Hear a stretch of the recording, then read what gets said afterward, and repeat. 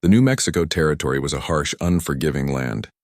Dust choked the air, the sun burned hot against the earth, and the wind howled across the open plains. Ethan Montgomery had grown used to it. A man of the land, he had spent most of his life building a ranch from the dry soil and tough conditions. Over the years, he'd become something of a legend in the area. Not many people survived on these lands for long, but Ethan had.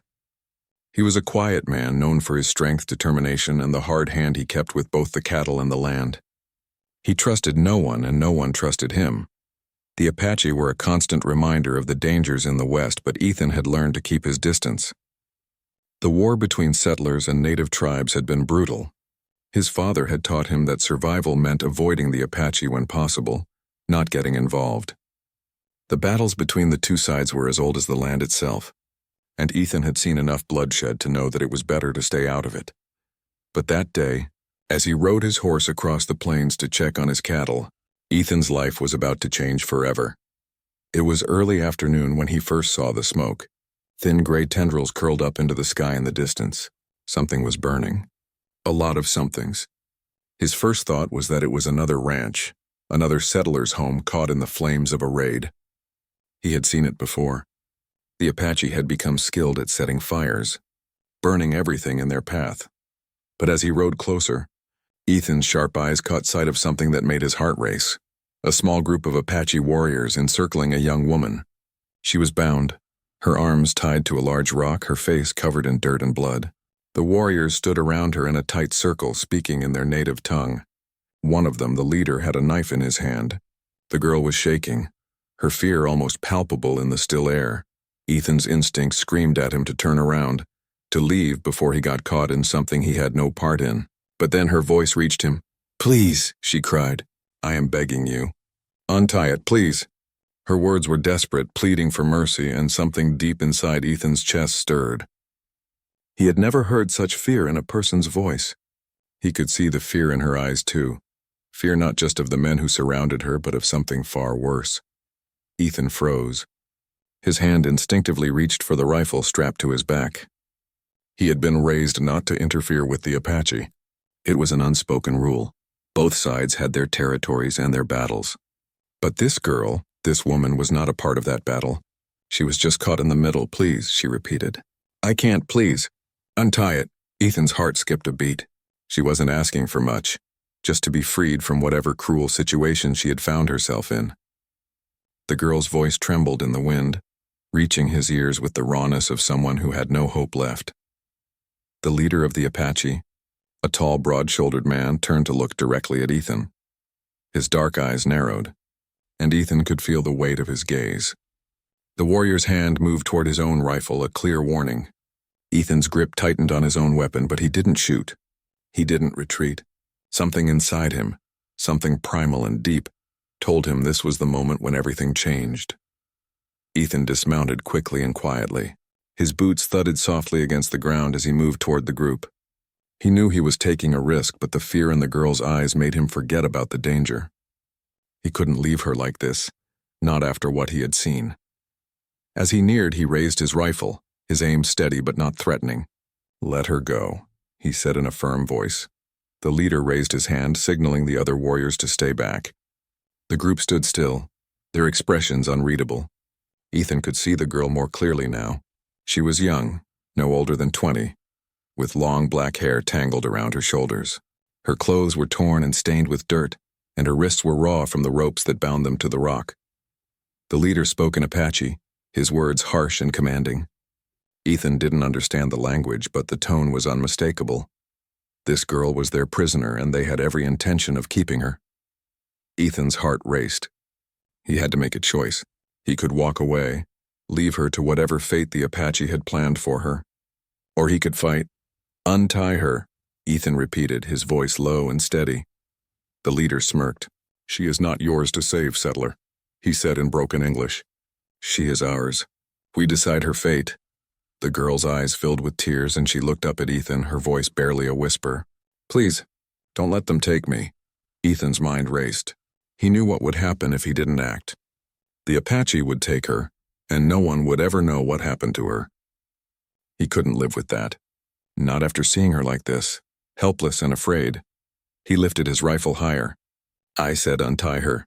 The tension in the air was thick like a storm ready to break. The Apache leader stepped forward, his hand on his knife. "You have no business here, settler. Leave before you make things worse for yourself." But Ethan didn't back down.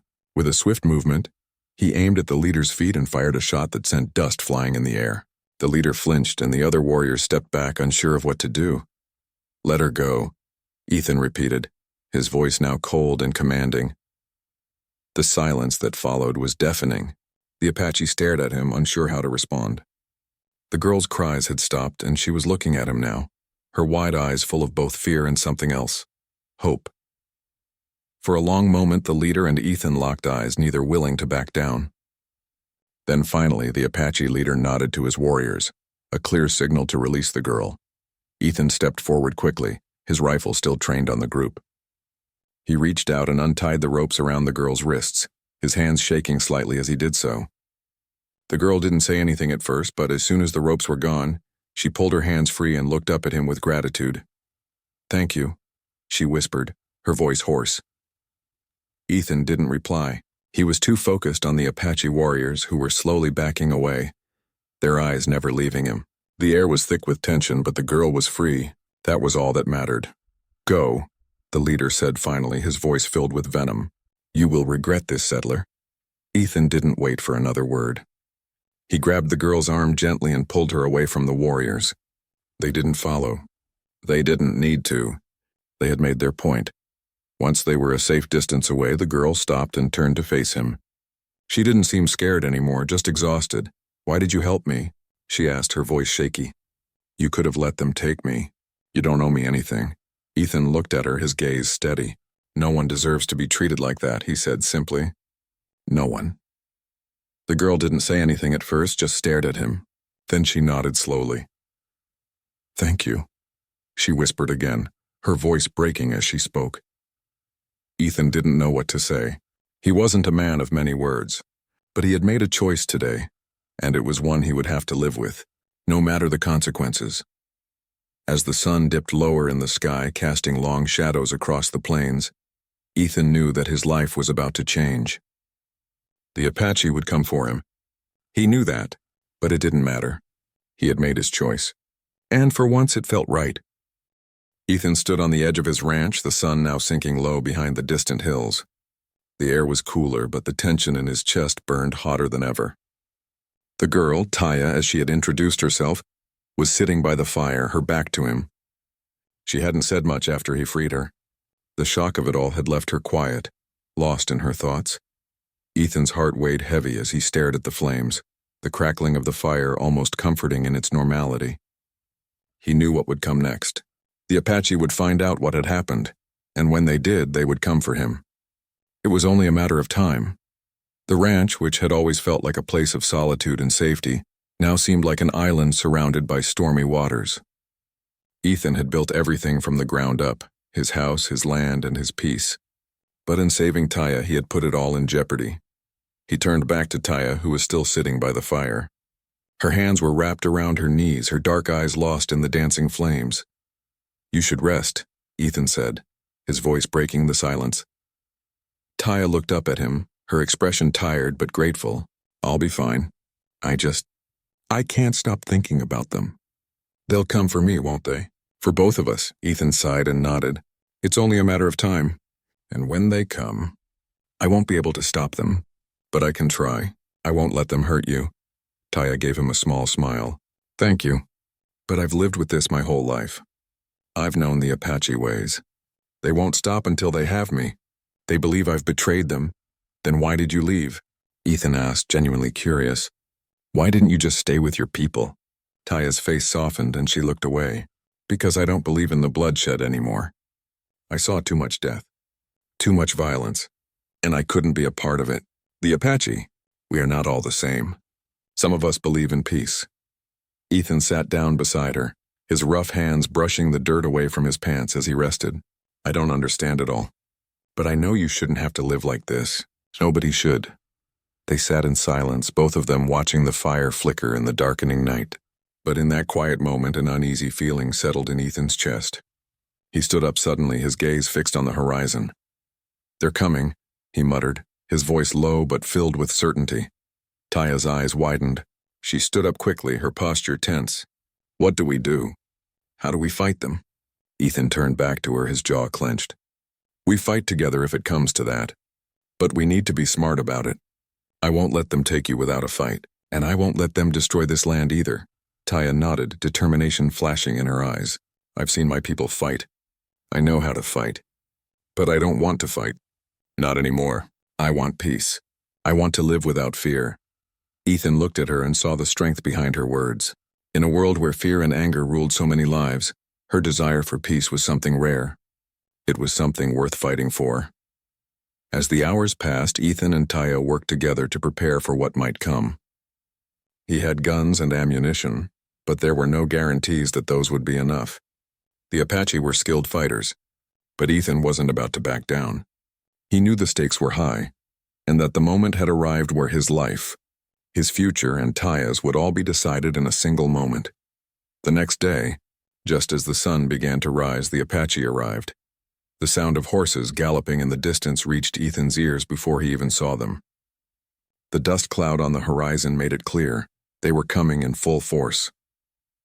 Taya stood by his side, her expression unreadable. They're here, she whispered. Ethan nodded, gripping his rifle tightly. Stay behind me, and remember what we agreed on. No matter what happens, we stick together. The two of them watched as the Apache riders came closer, their figures dark against the orange sky. Ethan could see their faces now, grim and determined, but there was something in their eyes that told him this wasn't just a raid for them. They had come for revenge. They had come for Taya. The Apache leader, the man who had threatened Ethan the day before, rode at the front of the group. His eyes locked onto Ethan's as he approached, his gaze hard and unforgiving. I warned you, settler, the leader said, his voice cold. You've chosen the wrong side. Ethan stood firm. I didn't choose any side. I chose what was right. I chose to help her. And I won't let you take her. The leader's lips curled into a sneer. You don't understand. She is ours. She belongs with us, not with you. You have broken the sacred laws. Taya stepped forward, her voice calm but firm. No, I don't belong to anyone. I belong to myself, and I choose to live without fear. The leader's eyes narrowed as he looked at her. You are weak, Taya. You turn your back on your people, your family. There is no peace for traitors. Ethan could feel the weight of the situation pressing down on him. His heart pounded in his chest and his grip on his rifle tightened. But he knew the fight was bigger than just him and Taya. This was about challenging the way things had always been. It was about breaking cycles of violence and hatred that had plagued the land for too long. I won't let you take her, Ethan repeated, his voice low and unwavering. The leader looked at his warriors, then back at Ethan.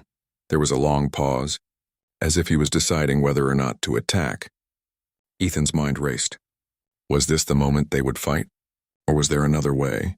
Then, to Ethan's surprise, the leader spoke again, his voice softer. We do not want bloodshed, settler, but you leave us no choice. Taya stepped forward, her eyes filled with quiet resolve. You have a choice. We all do. The silence that followed was filled with tension, but Taya's words hung in the air like a challenge. The Apache warriors looked to their leader as if waiting for him to make the final decision. Ethan didn't know what was going to happen next, but he stood his ground. There was no turning back now. He had made his choice, and he would see it through. The leader finally lowered his weapon, signaling his warriors to stand down. You are lucky, settler, he said. But this does not end here. Remember what you've done. With that, the Apache turned and rode off into the distance, their figures disappearing into the horizon. The danger had passed for now. Taya turned to Ethan, her face filled with both relief and gratitude.